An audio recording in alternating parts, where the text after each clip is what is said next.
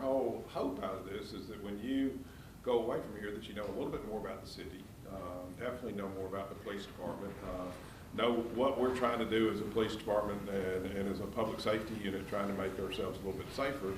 And also, you know, beyond just the public safety side, the whole city. It's very important that we share with everybody what we're doing as a city and why we do things and what the focus is on doing things. So I'm going to talk about 20 minutes and leave y'all about 10, 15 minutes for questions. So write down your questions as we come through.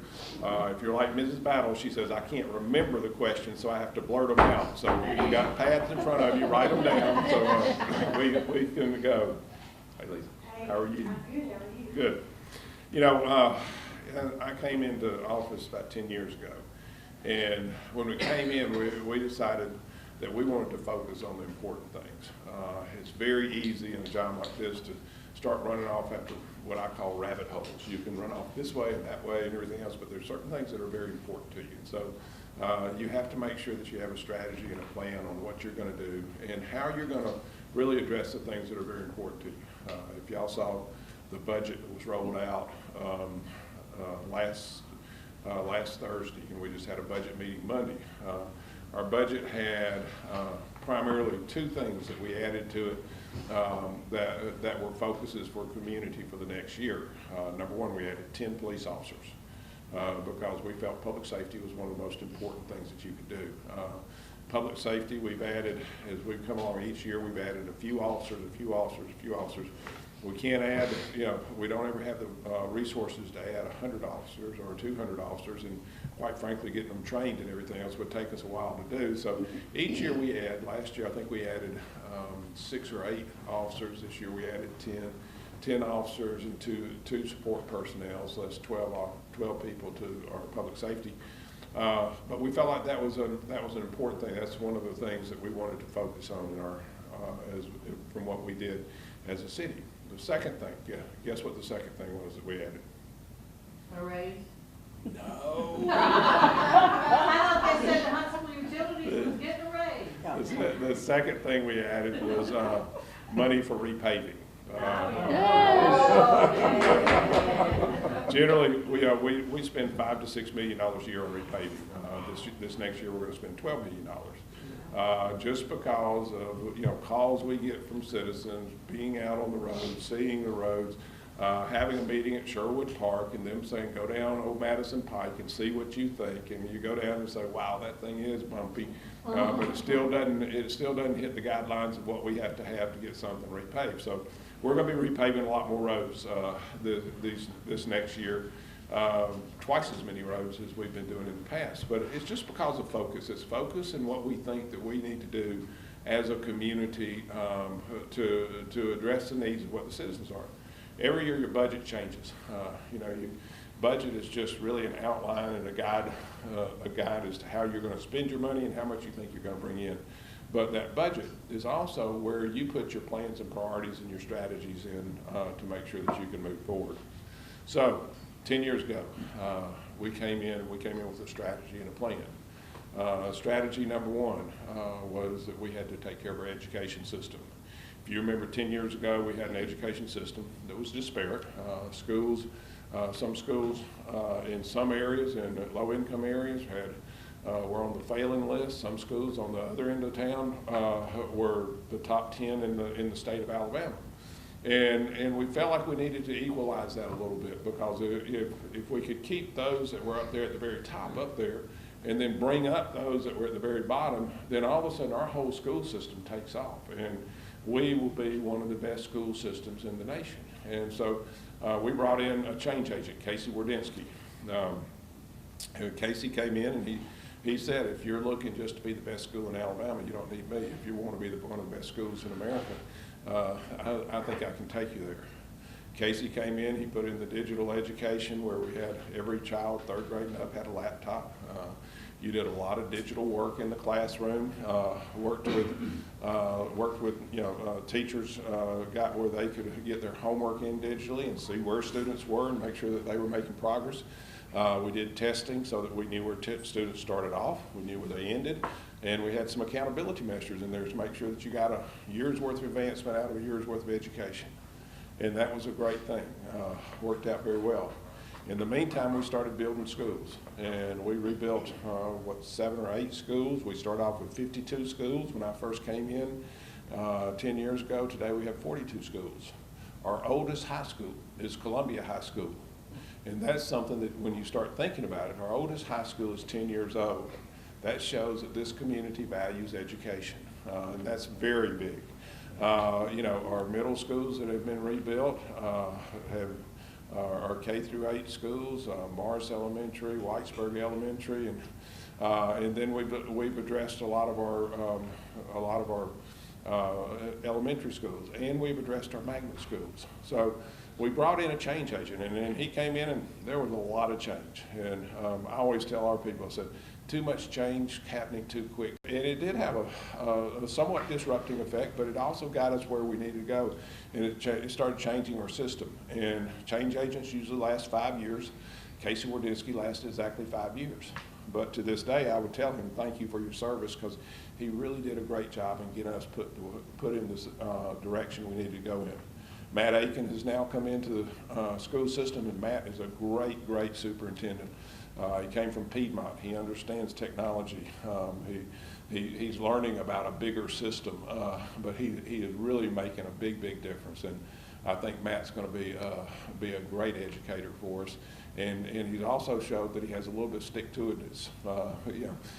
He will stick to it because he's had some pretty rough meetings out of this. But all of a sudden, education is coming along, and we're making achievement in education. But that was strategy plan number one. We had to take on education. The second thing that we had to do, part of our strategy, was we had to take on infrastructure, roads. If we were going to grow, we had to continue to grow our road network system. Because if we didn't grow that road network system, then we start bogging down in our own growth, and our own growth ends up strangling us. And so we started working on road plans. And if y'all remember, 10 years ago, we had $450 million worth of road plans that were state roads. The state was going to address, and the state was going to take care of. And one day the state came to us and said, you know what? And this is right after, about 2 years after Governor Bentley was elected, 3 years after Governor Bentley was elected, and John Cooper was the new director of Alabama Department of Transportation. And John was an accountant, and as an accountant, John's a brilliant guy. He's got a photographic memory and everything, really smart. But as an accountant, his debits have to equal his credits. And he found that he had a lot more debits on his sheet than he had credits. Because people would come down and say, we need this road, we need this road, we need this road. Sure, we'll do it for you. Sure, we'll do it for you. They'd put it in the plan. And then he added them all up and said, wow, this is about 3 times as much money. Oh, I think it was more than that. It was 10 times as much money as I have come in a year that we pledged that we will do in road projects. And so I always kid John Cooper and say, you got religion, didn't you? And he said, yes, I did. He said, my debits were always going to equal my credits, and I had too many debits on the board, so we had to come in and tell people the truth. So he came to us and told us, said, hey, some of these road projects that you got, South Parkway overpass, North Parkway overpass, the Northern bypass, all that stuff, we can't do them. We don't have the money to do them. But we're going to keep them in the plan, but they're out in 2041. And I said, John, I'm not going to be alive in 2041 to ride on that road. He said, that's okay, because we only started in 2041. It takes 10 years to build it, so you'll be okay. So we had a spirited conversation, and finally you come down to the conclusion you can't get blood out of a turnip. He doesn't have the money, so he can't do it. So we started looking at, they had A-TRIP funding. If you remember A-TRIP funding, the state legislature borrowed $1 billion, and they were going to do $1 billion worth of road projects in the state, and they were going to pay for it out of the highway money that came in each year, and they would pay for it, 1/13 a year for 20 years, and I'm not real wild about that plan, because I think you're paying a lot more debt than you need to pay. But we went to it and we said, listen, can we put some of these roads back in A-TRIP? And they said, oh, no, that's not what A-TRIP's made for. A-TRIP's made for replacing bad bridges and things like that. So we said, okay, well, we can't do that. And so then we started a Restore Our Roads campaign because we knew that we needed to put a little bit of pressure on Montgomery to get something done. So we had, if y'all remember that summer, we had press conferences at every road where we were having congestion. We'd stand out there in the hot summer sun and sweat a little bit, but talk about this road needs to be fixed and traffic will be backed up for half a mile, and then we go to this next road. This road needs, we need to do something, construction on this road, and then and traffic will be backed up. And so we went around to all the road systems, and every time we did it, we'd get a call from the governor's office, or we'd get a call from the Department of Transportation saying, you know, you're making people mad down here. It sounds like we're not doing anything for you. I said, well, you know, we did have these plans in place, and we need to, you know, we need to make sure we can do something. So after we got finished with the final one, we did 10 of them all through that summer. And after we got finished with the 10th one, I told them, I said, one of the things we got to do, number one, we got to convince you that we need the roads, and because you're the power that is, you're the ones that are going to be able to commit to the roads, and we need to make you commit you to the roads. But number two, we've got to do an education program for our people, because our population needs to understand the roads and what is needed. And so through the Restore Our Roads campaign, we kind of came up with the idea, not just if we did these roads, do we just really kind of want these roads, but we have to have these roads. We came up with the idea if we didn't have these roads, we weren't going to be able to continue to grow. And so we came forward and we said, you know, we started talking to the governor and the highway director. They came up to our office one day and we sat down and had a conversation with them. We said, let's do this. We'll do something no other community's done. Most roads that you build are done 90% federal money and 10% state and local funds. And y'all usually charge us the 10%. Why don't we do $250 million worth of roads? We'll put up 50%. We'll put up $125 million over 5 years, and you'll put up $125 million over 5 years. So each of us will put up $25 million a year, and we would, over 5 years, we'd do $250 million worth of roads. And I said, and the projects we want to do, South Parkway overpasses, 72 East, North Parkway overpasses right out here, Northern Bypass, Highway 72 East, right out Research Park Boulevard, Cecil Ashburn. And when we got finished with them, we went through the whole list, and the governor looks at the highway director and says, I think we can do that. And the highway director says, yes, sir, Governor. And so we ended up being able to sign up on $250 million worth of road projects being done over the next 5 years. And it takes 10 years to build a road, so know that when we start it, we're still 10 years out. But we were able to get started on that, and so we were able to take care of education, we were able to take care of roads, and then the final thing that we wanted to do when I came into office 10 years ago was address quality of life. What is quality of life? Everybody has something different. To some it's a park. To some it's a greenway. To some it's a food truck where you have a little guitar player and 5,000 people show up. To some people it's disc golf. And I cannot believe that disc golf is a sport. It's just Frisbee. I mean, you just go out there throwing a Frisbee like we used to do, but it's a sport now. To others it's biking. To others it's doing what we were doing today, getting on the Flint River and putting your kayaks on the Flint River and being able to go up and down that 40 miles of river area and paddle around. But all that is part of your quality of life. Part of it is Big Spring Park, redoing Big Spring Park. Part of it is to some of the young millennials, some of Harrison's generation there. Harrison, raise your hand. That's Harrison. Harrison is our token millennial in our office. He's also the one when we want to know what the young people think, we ask him. And when we asked him, we said, well, do your friends really like these craft breweries? And what'd you say? Absolutely. Part of your quality of life is a craft brewery. But part of your quality of life is just having that urban environment that you can live in. And I told Ms. Battle, I said, last time I had to clean the gutters and everything, I said, and I'm ready to move in that urban environment where I don't have to clean gutters anymore. I'll pay to live in an apartment where I just walk down and enjoy myself in the park or enjoy myself at the restaurant and then go back to my apartment and not have to either paint or fix a leaky faucet or do anything else that's somebody else's problem. But that's part of what is part of your quality of life. if you remember, we started off, we did the Twickenham development down there where the Publix is, and the little hotel right next to the hospital, and then we got 250 apartments there. Harrison lives over in those apartments, and we got a number of little restaurants in there. But that's part of your quality of life, and that's quality of life. I tell everybody means that's just why people want to be part of your community. They want to be part of what you do, and we really thought when we put up those urban developments, we put up Twickenham. The second one was the Avenue over next to the old post office in the downtown area. The third one is coming up right where the Holiday Inn site was. The fourth one's going to be out where Madison Square Mall is. But we thought when we brought them in, we would attract those young millennial workers. But we were a little bit surprised because half of the people who live there are millennial workers, but half of them are what we call dinks, double income, no kids. But people who don't want to deal with raking a yard or cutting bushes back or cleaning gutters or something like that. But people who just want to enjoy a leisurely lifestyle in the downtown area, walk to where they want to eat, go to the grocery store if they want to, walk back home, but be part of it.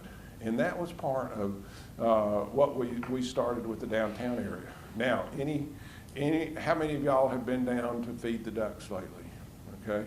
If you've been down to Feed the Ducks, have you noticed there's a lot more people downtown right now? You see a lot more people walking around, being part of downtown, because we've added what we call boots on the ground. We have people living down there. And all of a sudden, we've gone from, if y'all remember Joe Davis had a famous saying. He said, I know that you have a traffic problem in the downtown area when you can lay down the road and not get run over.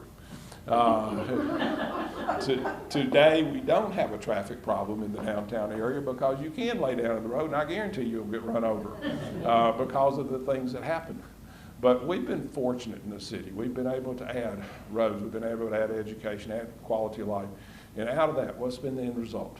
Over the last 10 years, we've added 20,000 jobs to the city. And those jobs are all the way from in the downtown area to advanced manufacturing in Remington, to Polaris, where we're doing more advanced manufacturing, to GE Aviation, where we're adding 300 jobs, which are doing ceramic fiber composites. Thank you, Harrison. Ceramic fiber composites. As a mayor, I just nodded when they said that. I said, yes, of course you are. I didn't. I act like I know what you're doing. And that's part of a mayor's job, is that a lot of times when they get way over our head, when we go out to Hudson Alpha Biotech and they start talking about some of the things that they're doing, is to nod. And to nod is to look very pensive, like you've eaten a few persimmons, and to keep nodding. But you know, we've also added Hudson Alpha. When you look at that, 10 years old, the world's first human genomic clinic. We brought in Rick Myers and his team from Stanford, and they came in and mapped the human genome. And then we brought in Howard Jacobs and his team from Wisconsin, and Howard brought his team down and said, now that we got this human genome mapped and we see the X and Y chromosomes and one's cranked here, which gives you a propensity for heart disease, how do we treat it? How do we treat it before you have the symptoms, before you have heart disease? How do we treat it right now to make sure you don't have heart disease? And this is the world's first human genomic medical clinic, and it's right here in Huntsville, Alabama. Neat things. This morning we welcomed the small business group to NASA and the Small Business Association to NASA, about 500 or 600 of them out there, and we were talking to them. And I said, you are here because you're going to be able to do something that nobody else does in the world. You're able to put together a heavy lift rocket that can take man back into deep space, take us to the moon, or take us take us out to Mars. But you're able to do something here in Huntsville that nobody else does in the world. We're able to do something at Hudson Alpha nobody else in the world does. Map the human genome and have a medical clinic that treats the human genome. You know, you look across the board, the things that we're able to do here, that's what makes you so proud of Huntsville. We're able to do things that nobody does anywhere else, and it's really a neat thing. And when you say, I'm sitting here, and you say it doesn't take a rocket scientist, usually you're sitting next to a rocket scientist. So, you know, as a city, we've been able to add 20,000 jobs, $2 billion worth of investment the last 10 years. But we've been able to do it because we had a strategy, we had a plan, we wanted to take that strategy and plan and make it into a reality. We used all the tools. We had low cost of living. We have a very good low cost of living. Our taxes are very low. Most of the people come in and we say, your taxes are going to be $400, and they'll say, is that a month? We'll say, no, that's a year. And people on the East and West Coast just are amazed. We have an 18-minute commute to and from work, which the people on the East and West Coast would just kill for. And most major metropolitan areas cannot brag about that. We also, we have more engineers and degree professionals per capita than anywhere else in the U.S. Now, as an elected official, sometimes that's good, and sometimes it gets a little tedious because everybody wants a PowerPoint or data points as we do things. But we also have the second largest research park in America. And you put all those things together, and you start talking about an area that is taking on education, that has great roads, and that will keep having great road systems, so that as we grow, we will keep that 18-minute average commute to and from work. As we grow, we will grow our infrastructure along with the growth, and we will make sure that we're just as good tomorrow as we are today. And that's the key to everything that we're trying to do. Make sure that we're just as good tomorrow as we are today. We've put the strategy and the plan in place, and it's worked. And right now, we're able to see lots of things coming. We see some great things coming on the horizon. We've had some great successes over the past 10 years, and especially the last 2 years, with everything from Remington to Polaris to GE Aviation, Blue Origin, Aerojet Rocketdyne, each of them bringing in 300, 700, 2,000 workers, and off of those 2,000 workers, every one of those jobs has a 2.5 multiplier, because you have 2.5 more people who are employed at the grocery store to service those people, or maybe build a house for those people. So we've had some terrific growth. And then we've got the FBI coming in, and there's word is that we may have up to 4,400 FBI employees in the city on Redstone Arsenal over the next 5 to 10 years. That will make it one of the largest commands, not even a command, but one of the largest groups that we have out on the Redstone Arsenal. And so we've seen some real good growth. We've seen some diversification at the Arsenal of our portfolio sitting out there, but we've seen some diversification of what we've been able to do. We've been able to add advanced manufacturing here, and we've been able to have growth, which is key. A lot of people say, why do you want growth? Growth gives a person who has a job a chance for a better job. Get a better job, have some more money in your pocket. But also growth gives our children and our children's children and all of our friends' children and children's children a chance at jobs, an opportunity when they come out. My son Drew, when he left college, we sent him down to Alabama. He got a degree in finance. After getting that degree in finance, he came into management, the management program with AmSouth Bank, and which later became Regions. And I talked to him. I said, son, are you thinking about coming back to Huntsville to be a banker? He said, I'm going to be a banker. He said, oh, no, Dad, I'm going to the big city. I'm going to go to Birmingham, I'm going to go to Knoxville, I'm going to go to the big city. I don't think I'm coming back to the little city. And so he went to Birmingham, and he went to Knoxville, and he went to Chattanooga, and he came back to Birmingham. And then one day he called us and he said, y'all, it's after about 6 or 7 years, he called and said, y'all grown some. And said, so you got some new banks starting up. And one of the bank owners has called me and said, and offered me a job with them and said, I think I'm coming home. Those words, I think I'm coming home. That's the whole reason that you work, for jobs, for opportunity, for your community, is so that your children, your children's children, your friends' children, all 23,000 kids who are in the Huntsville City schools, all 20,000 kids who are in the Madison County schools, have a chance at saying, I'm coming home, because there's opportunity at home. So we've got to keep that same kind of opportunity here in our area. And that's why you work for jobs. That's why you work for prosperity. One last thing. Our police force. What a wonderful group of people. Last Saturday, I sat in our EMA and I watched as we just finished the Trail of Tears, and those guys had put out their heart and soul to make sure that Trail of Tears was safe, and it ended up safe. And as that last motorcycle rider went out of the city of Huntsville and into Morgan County, we said, whew, thank goodness they're gone. And right as that was happening, there was a little protest starting up down at the county courthouse. And there were 50 people out there who were protesting the right to have a statue. 100 people were there to protest the right not to have a statue. And our guys had got together and just put together a wonderful plan. We went and got our city buses and we put them right down the middle of the road. So one set of protesters were over there, one were over there, and they didn't see each other. They couldn't yell at each other because they couldn't see each other. And it was a great way to make sure that we were safe, that we had an event where people disagreed with each other, but we didn't have trouble out of it. Because our job is not who agrees with each other. Do you agree with them, don't agree with them, anything else? We don't care. We want to make sure that our public is safe and that our people are safe and that we don't get on either on YouTube or CNN. That's our goal out of it. And so Saturday I went down and about 1 o'clock that started, and I went down to EMA and we had purchased the services of a drone to go up above, and it was showing the pictures of the 50 people on one side and 100 people on the other, and them yelling back and forth at each other and everything, and trying to yell over the bus, which I couldn't do very well, but we ended up with a great, safe day. And we had about 5 other events on that day. We had a big run, we had this, we had that, but our guys just did a wonderful job. And then at the end of that day, after everybody could finally let loose and say, wow, we're done, whew, and wipe the sweat off the brow, we got a call. The president's thinking about coming down. and I went, oh. I said, something close to crud. But I went to see her husband, the chief, or I called the chief. I said, Chief, they're saying the president's coming down. I don't know. Usually the president's coming, we have 3 weeks notice, and we'll be working out plans and strategies and everything else. And said, I bet it's not the president. I bet it's maybe the vice president or somebody. I said, well, good.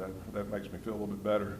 That evening, all of a sudden, we had the famous tweet said, hey, I'm coming to Huntsville. Donald Trump. So this Friday, I mean, you will see a lot of police presence. You will see a lot of people, and it will be a team effort. It will be our Huntsville police who will be leading the charge.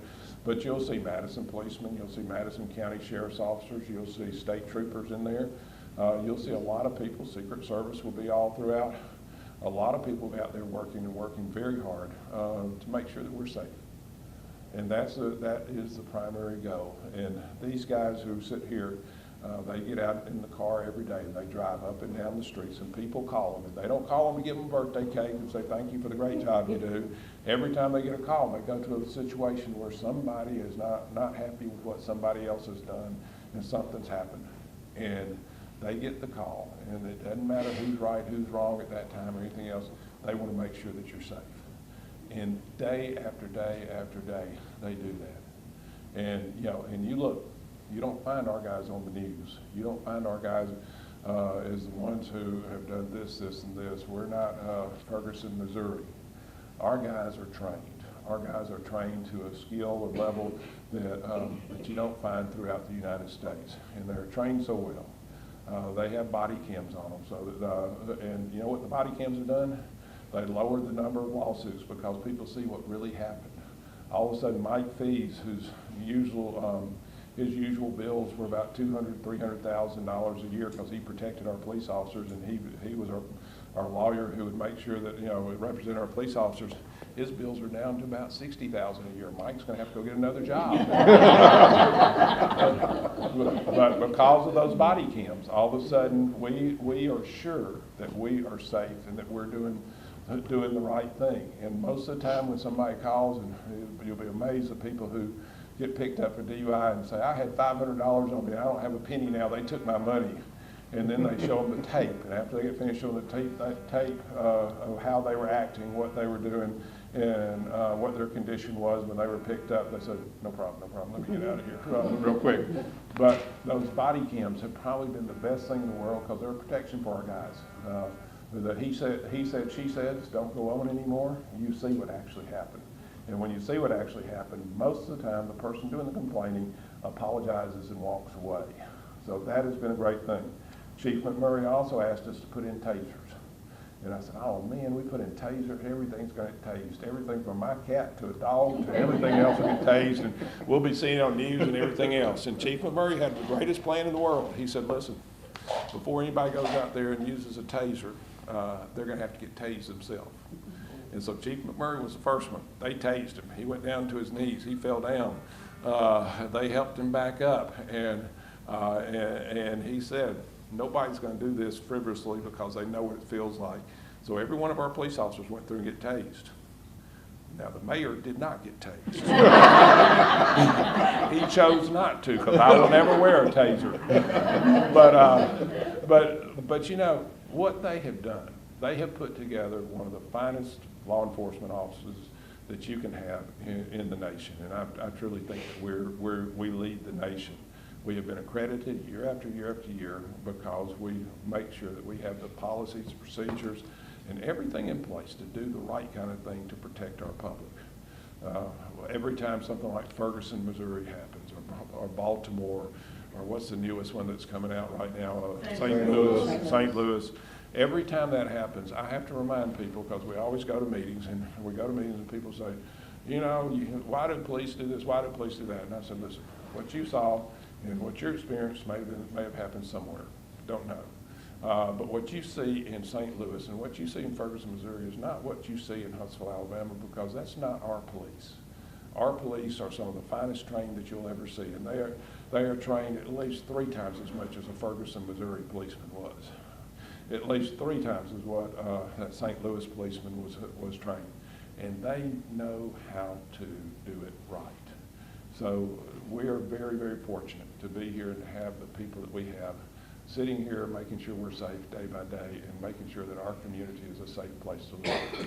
It's another sales point. When we start selling our community, there is never any doubt in anybody's mind that we are a safe community, that our statistics, our crime statistics, are about 1/3 of the national statistics, and our cases closed are about 2 times what the national statistics are. It's a great thing to be able to say, and as a mayor, it's a great thing to be able to be very proud of the men that served for us. So thank y'all for having me out.